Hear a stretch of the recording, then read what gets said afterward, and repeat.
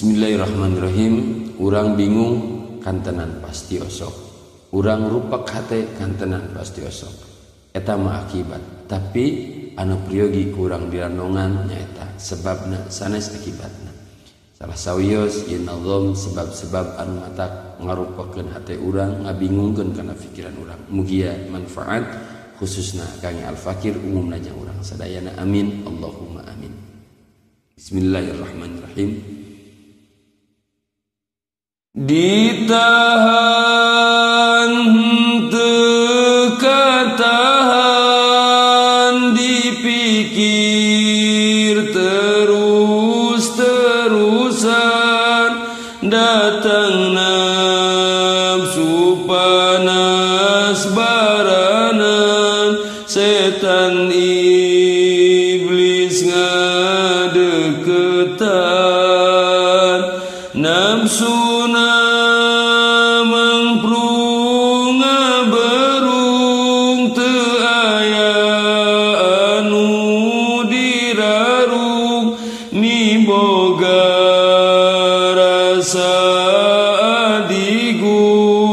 tungtung naripuh jeung bingung, bingung bongan osok salah, teu bisa nahan amarah, janjika batur sok gaplah, teu inget kana papatah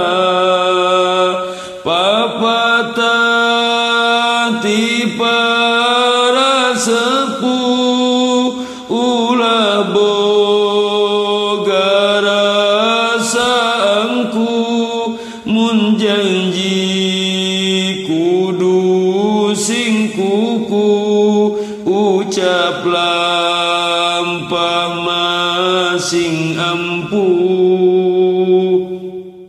masing ampuh ti ayeuna, sing bisa mawa hirupna, jauh ke nafsu gorengna, deket ke nafsu hadena.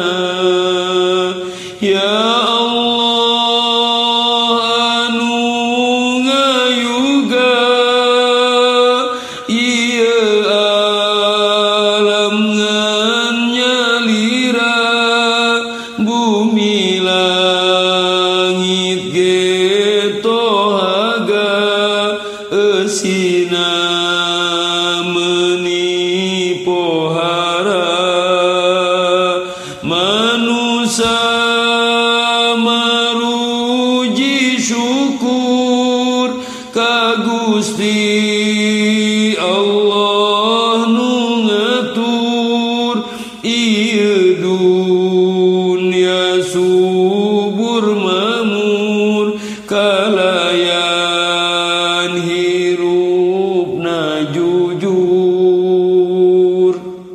Wallahu a'lam. Insyaallah paling urang tiasa nahan hawa nafsu oge kana janji menepati, insyaallah hirup urang bakal terasa